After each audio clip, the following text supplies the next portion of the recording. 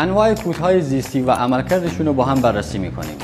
یک، کودهای زیستی تثبیت کننده نیتروژن شامل باکتری های ریزوبیوم، ازوتوباکتر کروکوم که نیتروژن هوا را برای گیاه قابل جذب میکنند.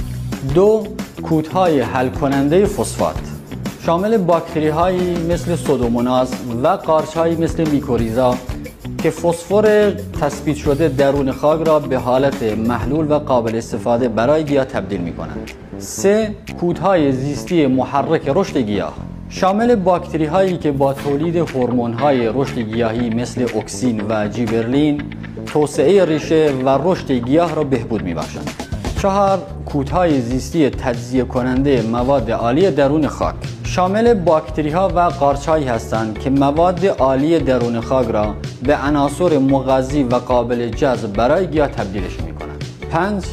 باکتری هایی که نقش آفتکشی را ایفا می کنند شامل باکتری هایی مثل باسیلوس سابتیلیس که با تولید ترکیبات ضد قارچی آفتهای قارچی درون خاک و اطراف ریشه گیاهان را به صورت تضمینی و کامل کنترل می کنند. چرا از کودهای زیستی باید استفاده کنیم؟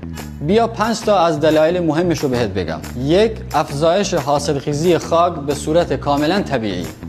2. کاهش مصرف کودهای شیمیایی و افزایش بازدهیشون و کاهش هزینه‌های هنگفت بخش کشاورزی. 3. حفظ محیط زیست و کاهش آلودگی‌های ناشی از مصرف کودهای شیمیایی. 4. افزایش مقاومت گیاه در برابر بیماری‌های گیاهی و تنش‌های محیطی. 5. بهبود کیفیت و کمیت محصولات کشاورزی.